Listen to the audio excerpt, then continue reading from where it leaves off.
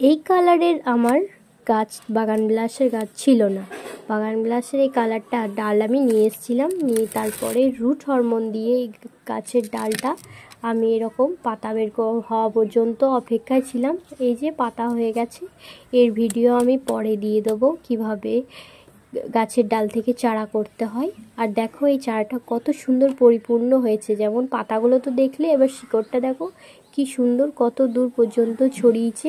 দুটো ডাল আছে, আমি দুটো ডালই একসাথে বসাচ্ছি, আর যতটার মাটি ছিল আমি ততটাই টপ সমেত নিয়ে এই কলসিটার মধ্যে বসিয়ে দেবো। কলসিটার মধ্যে বসাচ্ছি কারণ একটু মাটির গোড়াটা করতে অসুবিধা হলেও দেখতে খুব সুন্দর লাগে, ঝাঁকড়া করে রাখবো। এটা আমার মানে টার্গেট আছে, দেখবো কতটা কি করতে পারি।